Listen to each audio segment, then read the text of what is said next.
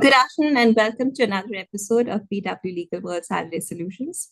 The issue of menstrual leave has gained quite the traction in recent years. While there is an increasing recognition for workplaces to accommodate the unique needs of all, as DEI initiatives or beyond, we would like to take up the debate on menstrual leaves. In a recent interview, Siddhamurthy eloquently expressed the importance of accepting the physical and emotional changes that accompany menstruation while continuing to pursue one's interests and responsibilities. So let's navigate the delicate balance between compassion and practicality in the workplace together today. Let's explore both sides of the coin. While some women may not seek menstrual leaves, others may prefer flexibility or comfort leaves.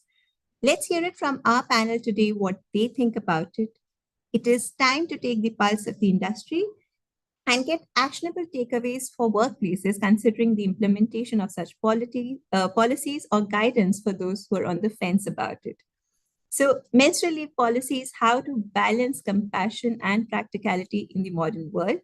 To make this discussion possible, we have with us on our esteemed panel Ms. Meghna Mishra, partner Karanjawala & Co., Ms. Payal Chawla, founder Just Contractors, Ms. Pooja Mehtani, General Counsel and Company Secretary, Sun Life Global Solutions, Ms. Rakhi Viswas, co-managing partners, Pavia Tech Law. I am Ashima Uri, your host for today. Thank you all for joining us. Let me open this discussion with Meghna today. Meghna, what are your thoughts on the topic itself? In your experience, how have menstrual leaves or the need for menstrual leaves come to you in terms of the people you work with or in your personal life yourself? Hi, Ashima. Good to be back with you on a show after a while. Thank you. And hello to all. I think let me put it in a perspective of when I had commenced my practice and joined the profession. We were certainly not comfortable discussing period cramps or menstrual requirements, which I find is a very positive change in the new generation today. They talk about it, and it's not limited to, my being a woman and therefore that comfort. Even if there is a male counterpart or a partner, his team members would feel comfortable in addressing this issue. So I think we've traveled a long distance from where this was something which was a taboo topic, which was never addressed. But specifically in our firm, we don't have designated leave policy for purposes of menstrual leave. But that said, I think, this is also something, it's something that you need to accept. It's biology. It's not something, it's not an ailment that Absolutely. someone is suffering from. So it's something that we need to all across accept it and move forward with it. And whether or not in times to come it will become something that will be accepted like maternity leave has been over a period of time remains to be seen. And frankly, there are pros and there are cons, Ashma, of menstrual leave being, when we are in a cutthroat competitive world where women are unfortunately still trying to match up to male counterparts, and in fact they are better than them according to me. But where unfortunately, and I think that mindset is what needs to change, that you need to somehow prove a point, and I think what you said rightly was very correct, that the DIE policies which are there, so we are talking about more inclusive endeavors being made by all. So inclusivity not just for gender, so not why limited only to menstrual leave policy, also for anyone who's physically challenged. I think we are coming as a workplace must be inclusive, must be able to give that comfort to whoever wants to join the workplace. So those are my initial thoughts. Right, Meghna, thank you. You've spent over 25 years in dispute resolution, litigation, no less. And so, just to get a one-word answer from you, have you actually come across women in litigation really going around saying it's a bad day for me because, X, Y, Z? So how often does that happen? I don't think they're saying it openly, but yes, you just, for any other issue, if you have, you will seek accommodation on account of some personal difficulty. We are not saying openly in courts yet that on account of my menstrual cycle, I need a leave. No, that's not something that I've seen yet. And Right. frankly, I don't see that happening immediately as well. Also, I think in litigation, the days are very, very long. So, you are running and you're up and about on your feet for 6 7 hours in a day. So if someone is having some difficulty, then definitely that accommodation will be required. Right. Thank you, Meghna. I'll come to Payal now. Payal, you run a Delhi-based and country's only all-women law firm. Your opinion on this is, the one that I'm looking for. How do you balance as a leader and also getting your work done? Because one question that will be asked around is, if we give leaves out like that, how do we balance work? Payal, would like you to unmute, please. Sorry about that. No worries. So, just to begin by echoing what Meghna had said, it's not a disability, but at the same time, you have to realize that for between 5 to 10% women in the world, period pain can be debilitating.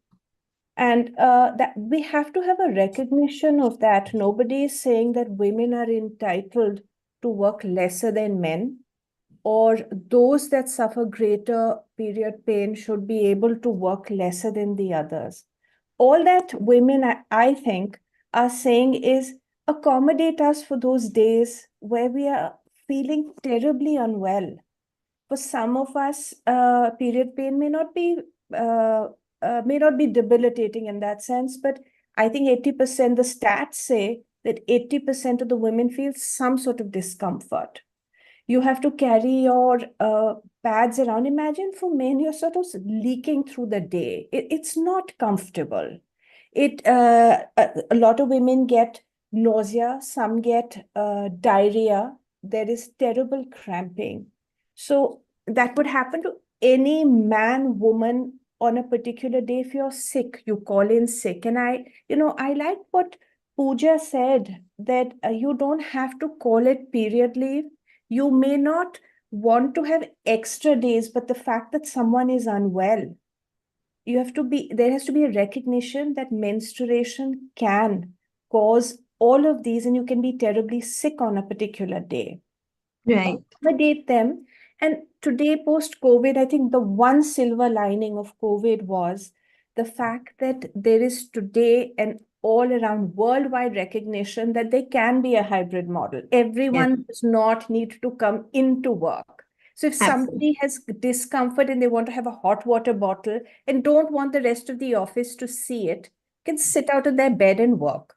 Somebody may be terribly unwell and they can't, and they can make up for it on a Saturday or a Sunday. So when people are sick, you don't get a pass not to ever do your work. You just have to then make it up at some other point of time. So I honestly, frankly, don't see what the fuss is about. But at the same time, I'm glad for the fuss, because then it causes the recognition of the fact for others and men to understand that this is a very difficult time for a woman, and she may require that additional time off. Right, Kyle, very well said. Making a fuss is what we're trying to do. At least get the conversation going and know what, really, where is the resistance. So, Pooja, coming to you, you've been a champion for DEI initiatives at your organization. How have things been for you? What are your opening remarks? Thanks, Ashima. As Meghna and Payal just laid the context very well, and I think what we couldn't stir, nature helped us with the pandemic stir a lot of things, and I think we are at a much better place. If I just look at my personal journey, I mean, I've been blessed with good people around always, wherever I've worked. But, there was a personal block, there was a block in mind that can we talk about it? There were difficult days, but were we comfortable to even go up to somebody and say that, hey, I'm encountering this problem today? And now is a situation I can share. Personally, there was a situation that I was in which probably 20 years back I won't have shared with anybody, but I was comfortable to go and, talk about it. And when I did, I got to know, and this is with the senior most leaders, that even going beyond menstruation, when women are going menopause or premenopause, and the problems that they encounter, right? And this is being talked about, at least in our organization, and I've been seeing, working in this space, that it's become quite normal. Mhm. And so the discussion is going more towards wellness. Wellness is the central focus area for all organizations. And it's not just about, gender specific issues. In fact, Yeah, we have had women coming to us, and it could be divided. Some go through a debilitating experience, a limiting experience, where they would want specific leaves. Others may not want it. But at least recognize the fact that there could be an issue with somebody, irrespective of gender, as Meghna also said, where they would need wellness leaves. People have carer responsibilities. So at least, the situation that we are in, where we are solving for the future of work, how will the operating models emerge? Now we are in a hybrid scenario. Some organizations are returning 100% to work, but there is an element of flexibility that's there with everybody. People know, and employers, organizations recognize these days that, flexibility is not going anywhere, right? Whether it is gender specific or otherwise.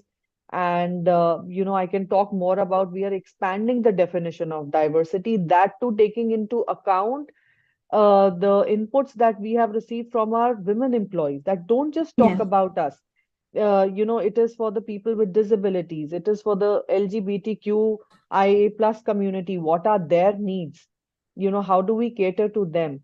And in fact, if I could share here, we've even gone beyond being inclusive. We've officially embraced belonging. And when you work around, how do you encourage people to bring their whole selves to work? There's a lot more that you have to take into account. People should right, feel belong at the workplace. And therefore, measures across, what are the specific needs? Are people comfortably able to come out and disclose that this is what I am feeling?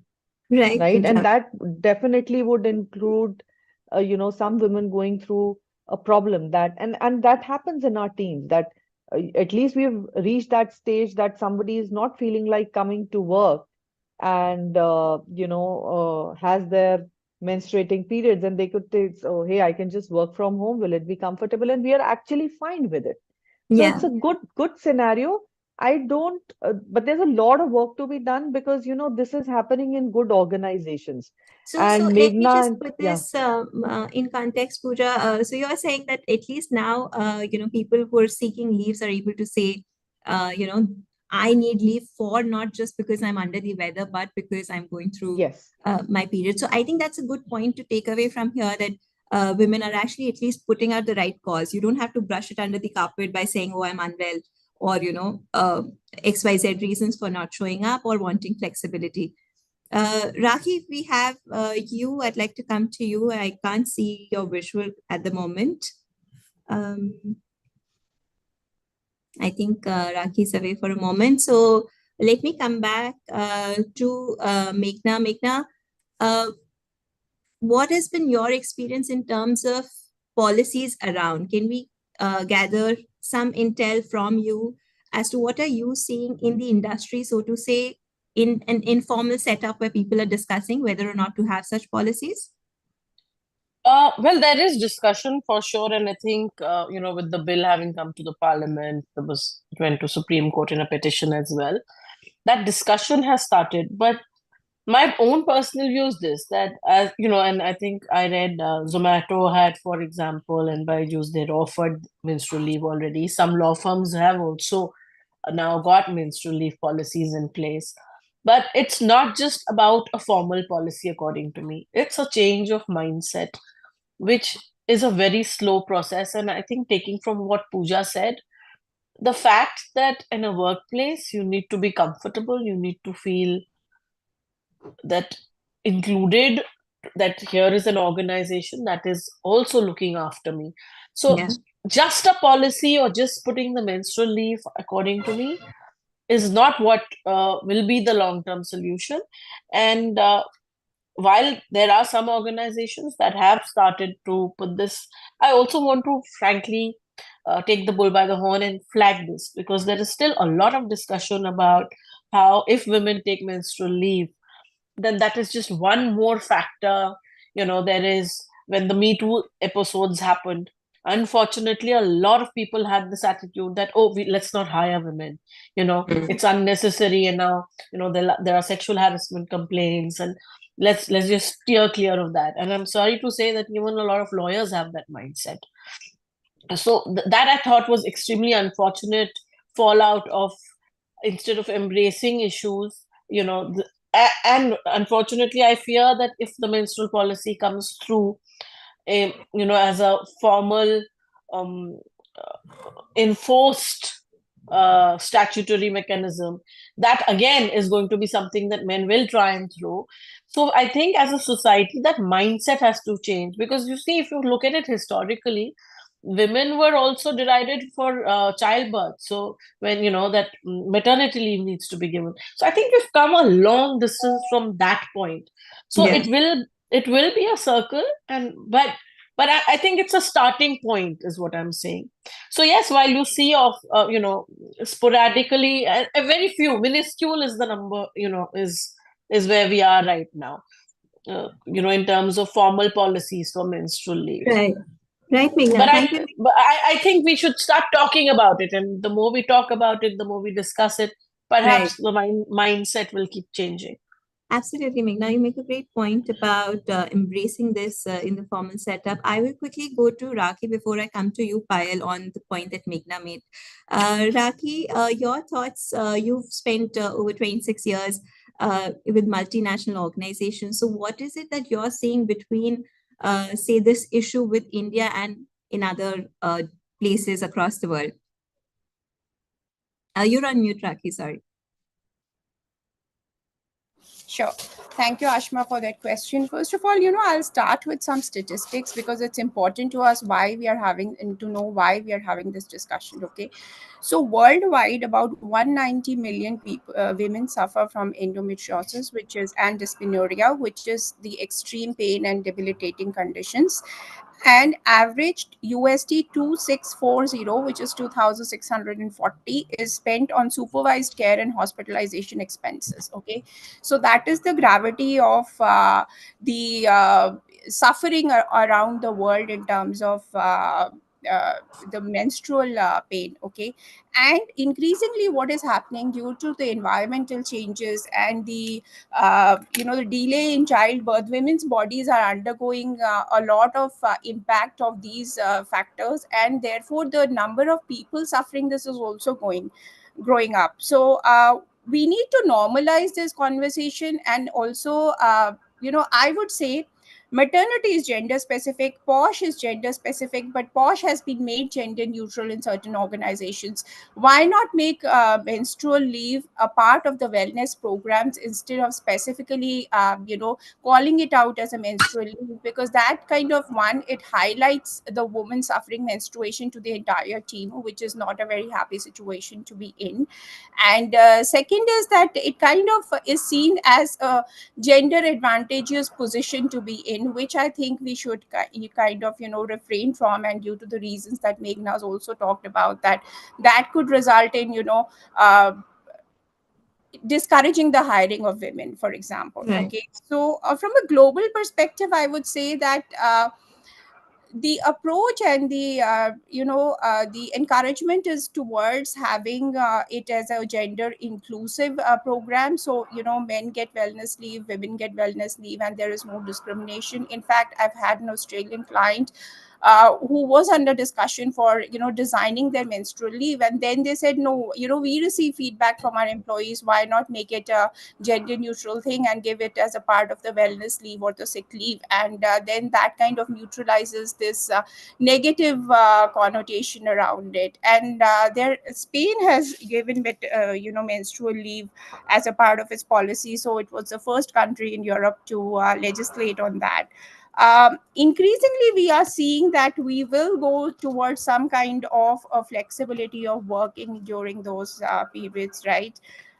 So we will have a situation where the conversation will be more normalized, and where women will have one, the kind of the leverage to approach their managers and seek that leave, and second, the organization will be okay with it. From a personal experience, I can tell you, 10 years back, I walked up to my manager and said, I need a biorhythm leave. Okay, I call it biorhythm. I don't call it menstruation. I don't like that word because it's kind of, it's a very loaded word. So, and his answer was, what's that? And I had to explain to him, sir, it is another word for menstruation.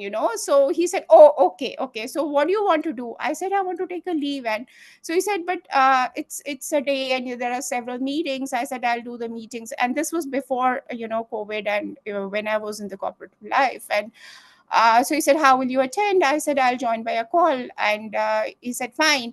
And women in my team, in fact, I called them and I told them that, look, I know that it is a special time for everyone. So why don't we devise some nice, exciting words around that? So we call it high energy days and low energy days. So low energy days, you get a little bit of flexibility to work around. And high energy days, obviously, whatever other commitments to the workplace, you fulfill that. So we are moving, countries are moving, corporates are moving towards that. But my personal take is, don't kind of call it a menstrual leave, because it kind of just highlights a woman's period to the entire world, which is not required. And second, it kind of creates barriers between genders in terms of entitlement to well-being. And I would personally profess a holistic well-being program for every organization, which has similar rights for transgenders and men and women. So those were my thoughts. Thank you, Raki. Great term here, biorhythm leave. I think we have smiles across the panel on that. So we've actually come out with a good word here. Thank you so much for sharing that story with us. Payal, coming back to you on the points made by Meghna and Raki on how this actually comes back to the question of hiring. When you have these benefits, or I like to call them gender just policies, because, it is just what it is. Women need it, so women need it. I mean, it's a biological need. Some women want it. Your views on actually that impairing hiring in, you have a law firm with all women coming to office. So how do you really perceive it as a leader of the organization, not just a woman? So look, I run a all-women organization, and as part of that, all of this comes with it. Menstruation, pregnancy, all of the issues that are related to women is part of the package. And frankly, I don't know how many people have actually had the experience of all-women teams, but they are terribly productive. It's, I think it's just part of being a woman to be able to pack so much into the day. I have my office manager gets up early in the morning, cooks for family, sends the kids to school, is at work at 9 o'clock. Then there's the third shift that she goes back to, and it's just all just seamlessly done.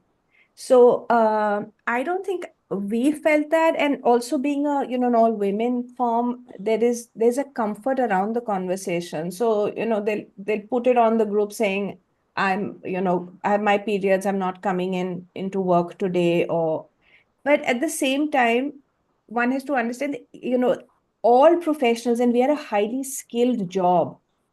uh, and there are, I think, women just to understand that if there is a difficult case today, no matter how terrible they are feeling, they'll still come there. They know that if they know that somebody, then, they, one of the others can take over their roles, certainly. But I've never had a situation where somebody said, I'm terribly unwell today, but I'm missing my case. That I don't think happens. But then it's also up to the employer to be able to recognize the days that you don't really require them and that work can wait a day. I don't think any heavens are falling. And the other thing is that we're a small office and women also feel comfortable around their own hygiene in in the space. And those that don't can take the day off. It's heavens are not falling. Absolutely, Payal. Great thoughts there. And I think, say, for example, let's take Kerala. Kerala has gone out and given a discounted attendance of 73% to their, government colleges, saying that others can need to meet 75%, but women can meet 73% of the attendance, which is a huge mark of respect for the fact that you're recognizing that your students also need that comfort and relief. Bihar also extends similar, benefits. But Pooja, coming back to you as an organization, now these are things that government may be able to do, but let's take it from an organizational point of view again. Managing large number of people and then instituting something like a wellness leave. How do you strike a balance? What are your views? Let's say to implement this, what are the challenges that you see might happen? And how do you make a balance for work and compassion? Sure, thanks for that very relevant question, Ashima. And apart from being the general counsel, I'm also leading DIB, as I said, and I work on a lot of initiatives. So one, I was the fact that I was alluding to that we are working on a across sunlight future of work operating model, right? That how do we go about from where we are to Yeah. what we think will be comfortable in the long run, uh, with being productive and efficient. And so whatever we do as an organization, there are, a few focus areas for us. We are very client-centric and very employee-centric, right? And we're working towards a policy which will be wellness leaves for across people, whether it is, any gender agnostic, whosoever wants to avail it. As I alluded to earlier, we're expanding the definition of diversity. Another very important aspect is that sometimes, women only come to us that do not have specific programs or specific policies just made for us, Yeah. because in a way, that's thought about as being positive discrimination. And that again creates a sort of exclusion for them. So do something that's across for people, definitely accommodating for any gender specific needs to the extent that it should not be becoming a barrier or a challenge for them, right? And as I think all of the other panelists, co-panelists also alluded to that, hiring remains a challenge. Somewhere or the other, it should not become another factor to consider that, oh, now it's first marriage and then maternity and then specific leave segregated also, or whatever measures you take. Although we've come a long way, but you have to be practical as well. That said, a lot of flexibility that we have these days give, an opportunity that you're having a bad day, or say you're going through a cycle and you do not want to come to office specifically, work from home and still deliver, or maybe not just work for a few hours and then see, because, also it encourages when the workforce sees that you are accommodating, they also come with that mindset that you have to deliver. At least we are at that space that you don't have to be after everybody, that you have to, you know, uh, uh, give your deliverable, because COVID has taught us that wherever we are, we'll be focused on our deliverables or our work.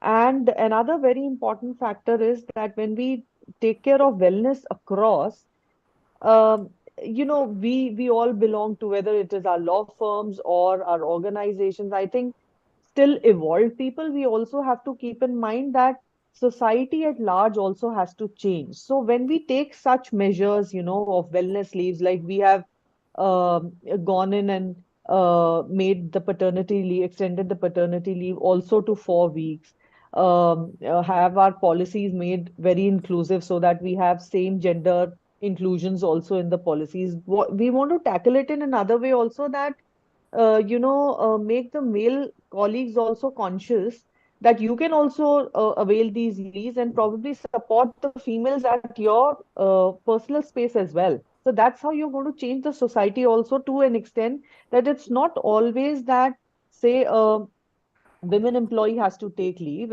If she has some support at home, you kind of make it inclusive and extend it beyond the workplace as well. So that's also there in our mind. And carer, some people have carer responsibilities, maybe towards their parents, towards their pets.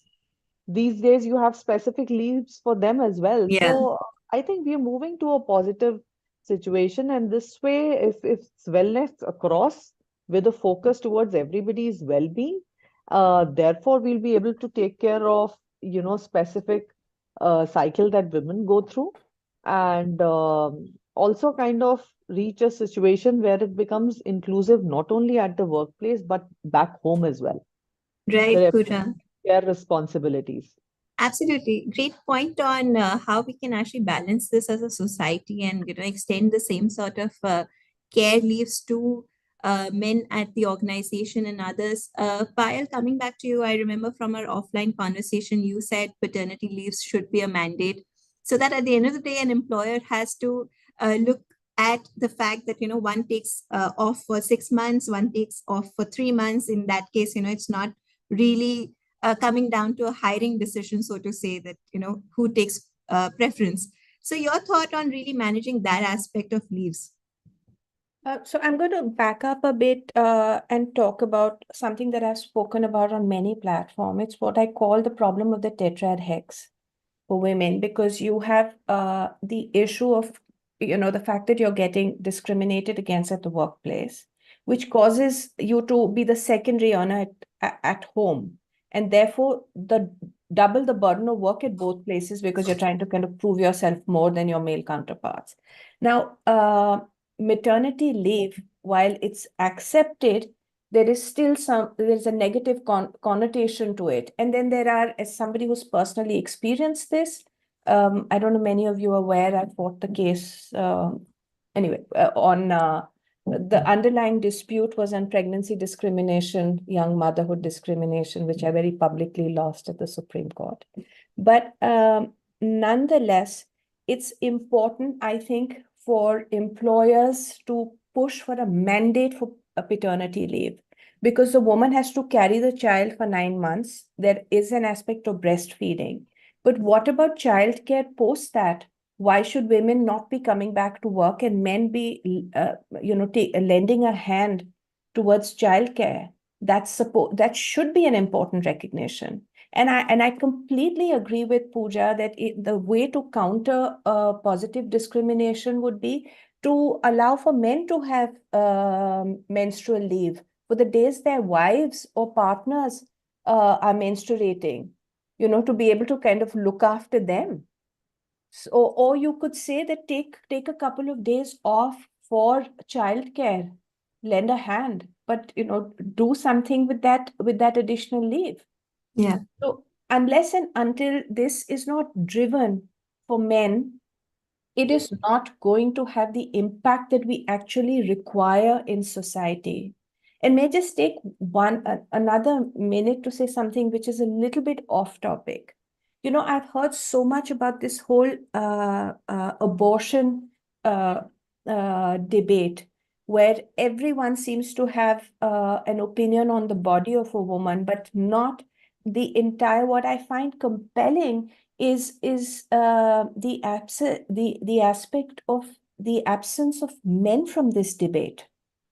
While they want to say that a woman should not have an abortion, but I've not heard anybody say that yes, when a woman is forced to have a child that she doesn't want to, that the men should be part of taking responsibility for the child in terms of the finance and caregiving. But I Right. found men completely absent from this debate. But I think it's a good point to make here that India, in my opinion, is still progressive on termination of certain pregnancies until at least a few weeks, as against our Western counterparts. So I think we should laud efforts of the country in that aspect. Absolutely. But the fear always is that the West leads the conversation, and somehow you find that conversation always veering into areas that were not even part of our conversation. Right. So That's again, that's yes, always a sign that's a of a bit flag. of a That's a worry. flag that we should Red flag, consider. yeah. That Yeah. Ashima, absolutely, just one point to yeah, what Payal was alluding to, that, like we've made the daycare facility for children available to our male employees as well. right, That's another initiative, and many organizations are moving towards the similar kind of stand that, that's how you make everybody share the responsibilities back home right, and you normalize things. That's where, because you need to have positive, it's not that if you're doing specific things for a particular gender, you don't want to the other gender to go talk about it, that it's being done for a particular initiative. yeah, Yeah, and how absolutely. do you promote meritocracy as well? So a lot of these things are linked, and you have to tackle them from a long-term perspective, that it doesn't lead to, a hiring challenge or a barrier as well.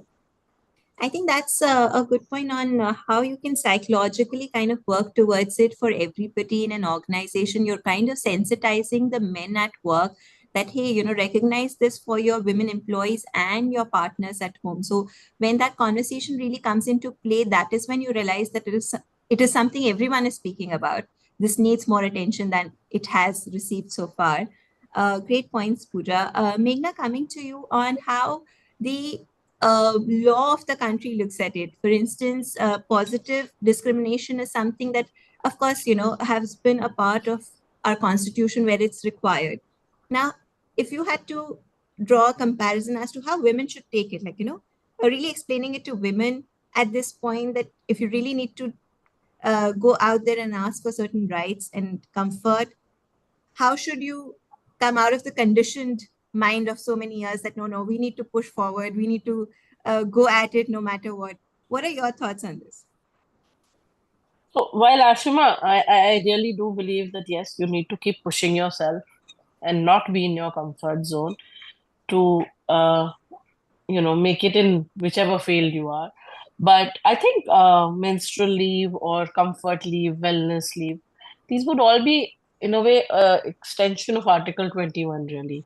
you Yeah, know and I think, picking from what Rakhi said, Pooja and Payal, I mean, all three have alluded to this fact that we don't need to have a segregated head, uh, which needs to be like a menstrual leave policy or an act that needs to come in place.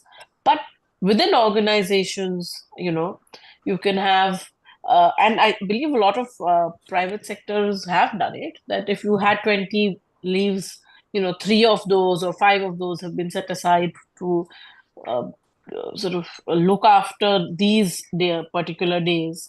Uh, but the difficulty would be like, for example, for workers who are working in factories, for example, there you don't have the work from home concept, or a daily wager whose earnings are dependent on what you do each day. yeah, Those, in those scenarios, perhaps a statutory framework would need to be something that will have to come in. But sometimes you see what just happens is, just by way of discussions, by change in what is happening in the private sector, if policies are changing, yeah, there has been a bill which has been placed, which hasn't come through yet, but at least that conversation begins.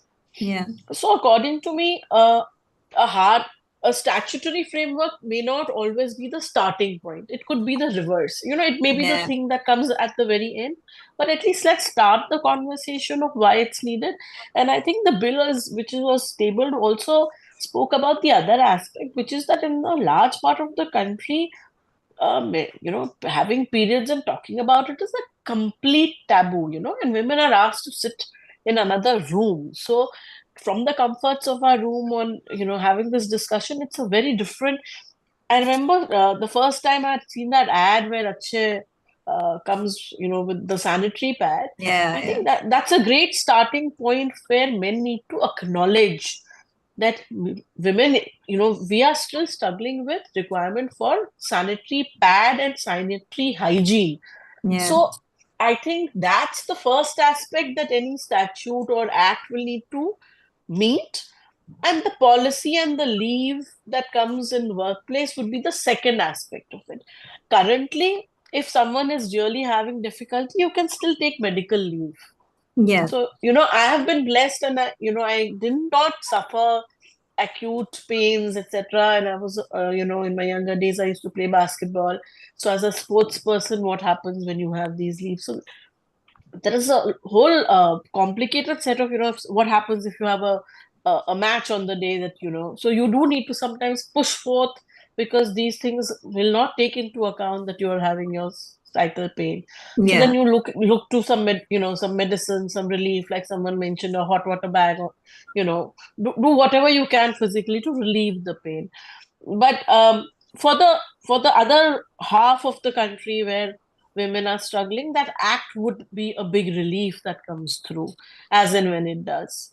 Right. Thank you, Meena. I think we have some great points on how we can really actually navigate this problem of, coming to the realization that some women really require this, and how we can have a trickle down effect to the last mile about this. Rakhi, coming to you, what would be your playbook for really organizations who would want to or not want to have this? For instance, if they want to keep menstrual leave and suppose they are not able to extend the same kind of leaves to the others in the organization, is that a concern? You think there'll be a challenge there? Or should they have a balanced leave for everybody? Okay, so I think organizations are also driven by culture, right, and the tone from the top.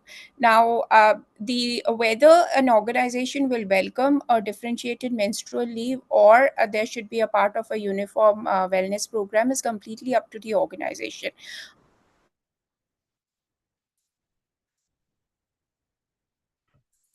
Sorry, I think Raki's audio has been cut off and she'll be joining us in a few moments. I can request Pooja to take the conversation forward in the meantime. Yeah, Ashma. So, So what my was the question particular? to Raki was, if you're at the position of really chalking out policies or considering whether there should be a differentiated policy or a uniform policy for everybody, what would be a certain playbook or takeaway for other organizations currently contemplating how they should go about it? See, I would always be for common policy, which will be gender agnostic, so that we take care of any issues that. So we haven't really at our organization launched a survey, but I would know that the opinion would be divided somewhere, right? Yeah. So being gender agnostic and being taking into account the wellness of everybody, if we can. We are moving into that direction where we would have wellness needs accommodating for So how the many needs. leaves are we actually talking here? Like if we had to put numbers to this? Sorry about that. Hi, Yeah, Sorry no Raki. problem. about that. Sorry, yeah, we have you back. I know you got cut off. I'm currently discussing the same with Sure, Pooja. I'll I'll just come come back back to to you. this. Yes, sure. So Sorry Thank it about will you. that. be. There's some disruption at my end today. Some connectivity lines getting restored, and that is kind of bringing No down the worries. network. No Yeah. worries, Raki. Thank you. Pooja will take your view and then quickly go to Raki. Yeah, so it'll be modeled on, the way the sick leaves are, and it'll be merged together. So Okay. we're working on the numbers, but it'll be, could be around 7 to 10 spread So across in the in year. in all the whole of year, could you give us some example of the segregation of casual sick care leave? What No, this eventually comes no, down these to? carer leave, these wellness leaves will be across, apart from the other earned leaves that you have, and it could be Yeah. in the range of 7 to 10 spread Okay. across the year. And these are leaves specifically, right? We also have to take into account that we are flexible. Hmm. Right now that we are into an hybrid operating model, there are days where you can easily work from home. So Right. then that also kind of takes into account the difficult days that anybody could face coming to work. Yeah. And medical or your cycle pain or other problems apart, we even take into account, just to give you a very small example, that So there were certain days in the winters which were very challenging, and there were certain managers who just said that, you could just operate from the comfort of your home and just deliver.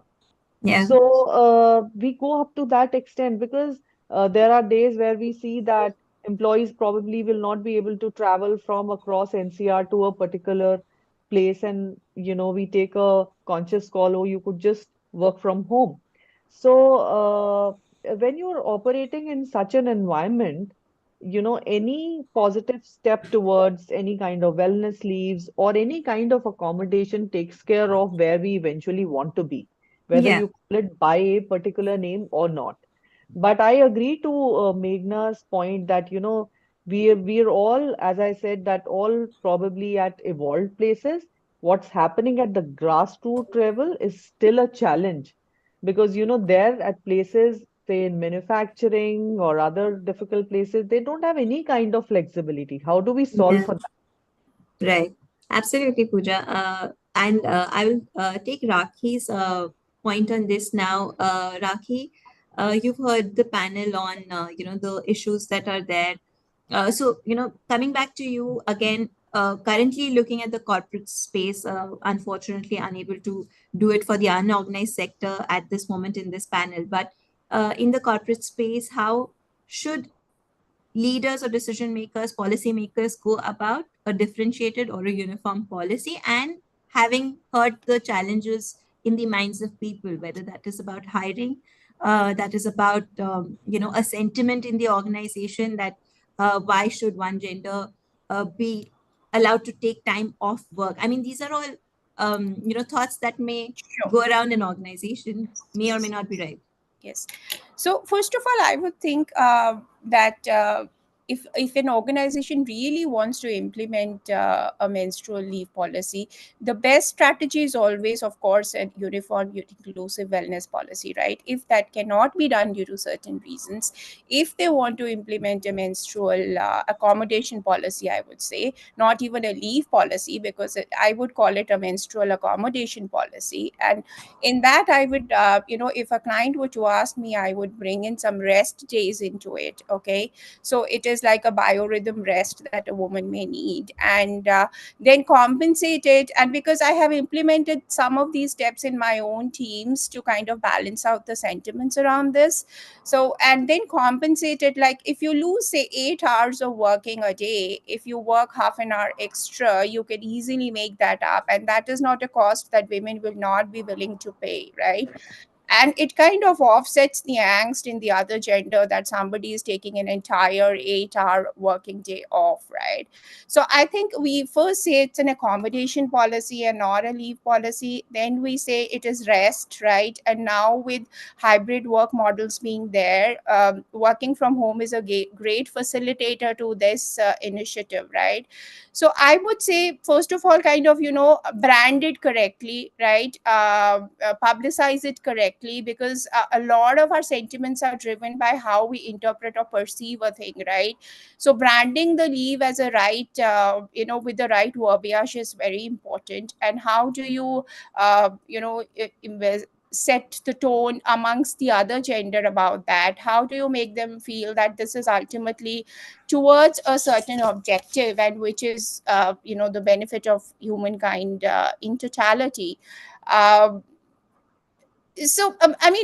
Whenever somebody tells me to draft a menstrual leave policy, I'm like, no, I'm not going to draft a menstrual leave policy. I'm going to draft a menstrual accommodation policy. Okay, so I think that's for the organizations which cannot uniformalize it in a more gender neutral way. The only way to break mindset barriers is when the differential or the delta between a male entitlement and a female entitlement is narrower. So we as a community, as humanity, as lawmakers, as advisors to corporations, have to ensure that delta becomes smaller, right? The moment that delta becomes smaller, it will become normalized in the minds of people, and it will not be seen as a privilege which I'm getting because of my body. Because remember, I also have a responsibility and a pain which is kind of cast upon me by nature. And this morning, I in fact wrote a few lines on this, and they read: "The flow of life through my body to bring another to life. Hold my hand, rest my pain. At last, humanity shall gain." Right? So ultimately, we are all striving towards making the activities of nature, more pleasant on women. And there is another aspect to it, which is incentivizing womanhood in a way, because with the decreasing population growth rate in the developed countries, and with women suffering endometriosis, and women having the option to kind of stop menstrual cycles altogether, right? You can get a hysterectomy done, and you can just stop it altogether. So there has to be some assistive aid by the entire society to make sure that women's reproductive health is protected the way nature wanted it to be protected, right? So I would say that there are several means. It just requires a bit of creative thinking how to solve these problems, and with a lot of behavioral coaching, and legislative, and cultural measures. All this can be put in place. It will take us a long time, but the journey has well started, I would say. Thank you, Raki. Great lines there. I think you make important points about verbiage and driving the culture towards uh, really recognizing what womanhood is about. What are the natural requirements of people that you're working with? That also goes a long way in retaining the talent that you have. Right. You don't want women falling off the career path for reasons like these. And it's been great having all of your thoughts today, panelists. I'll do one quick round with you. We have about 8 minutes to go. Your final thought on one message to women in general, how to power through life in general. So I'll come to you, Pooja. Let's start there. Your message. Uh, Thanks for all of you for sharing your thoughts. It was definitely a very good session, and thanks, Ashima. But I would like to close, the way I have always led life and worked is that I've not particularly hinged or focused on just the issues or that I'm a woman. This is the way I'll have to behave with a particular set of people or with the other gender. I have at least hadn't have that block in my mind is what I assume, and that's where but at the same time focusing, keeping a very rational approach to what each gender goes through, that has to be there in our mind. And if we work with that approach, not only problems that women go through. In fact, I just share that we've started celebrating International Men's Day also at our organization. There are particularly mental well-being issues faced by men also that nobody focuses on. And we should know that the suicide rate in men is more than women, right? So we all focus on areas that on issues that each of the gender faces and even beyond. Yeah. That's how we can lead to a situation where everybody will come together and eventually be at a space that we'll all be very comfortable talking about the issues or the challenges that we go through in our day-to-day lives, and will lead to an ecosystem which will allow all of us to bring our whole selves to wherever we are. Right, Pooja. Thank you so much, Pooja. Payal, coming to you for your thoughts to close the discussion. So I think that women have to stop normalizing menstruation. Women have a tendency to constantly, because there's this uh, discrimination that we feel in our workplace, in our personal lives, that we have this tendency to play down everything. I'm in great pain, but I can handle it. And particularly women in places of power have to stop normalizing it, because remember, repetitive invalidation will lead to a dismissal of the recognition of the fact that of the intensity of the pain and discomfort that you have during periods. It's important for us women that are in positions of power and the ability to make the change, because finally, this has to, and as Meghna rightly said, it has to trickle down to the rural women that don't even have access to hygiene. They Yeah. cannot take a day off if they're a daily wager. So I think a lot of it rests on our shoulders. Don't expect men to do it, but that change has to be driven by women. Thank you, Payal. Great message. And I think I'd like to make one point which we kind of missed during the discussion, that when we speak of menstrual or period leaves, we're also looking at women in their entire reproductive years, because then there are issues that come at menopause which are far worse than general period pains. So I think Sudha Murthy made a great point on how do you really look at your hormonal health. So all those conversations need to become part of our organizational setup in one way or the other. I'll come to Meghna for her closing remarks. Meghna, over to you. Uh, so it's been a great conversation. Only one concern that I have, one red flag that I want to raise to all women, that as and when these wellness leaves come through, let us not misuse them. Let us, put it to use when you need to. For example, if I have through my life not had period pain where I needed a leave, Yeah, don't misuse that leave just because it's being given to you, so that the one who genuinely needs it may use it. yeah, The other is that uh, the point that Pooja made very well, that as organizations, as let's all be flexible and adaptable for needs of all employees, not just women. And the conversation of menstrual policy, menstrual leave, menstrual hygiene is very, very relevant. And so I believe that the more we speak about it, hopefully it will keep getting more and more, I think, not get put on the back burner, which is the tendency, because this is one issue which doesn't seem to be taken all that seriously as one would have wanted, given that the workplace today comprises of a lot of women. I think conversation needs to be done very seriously on this.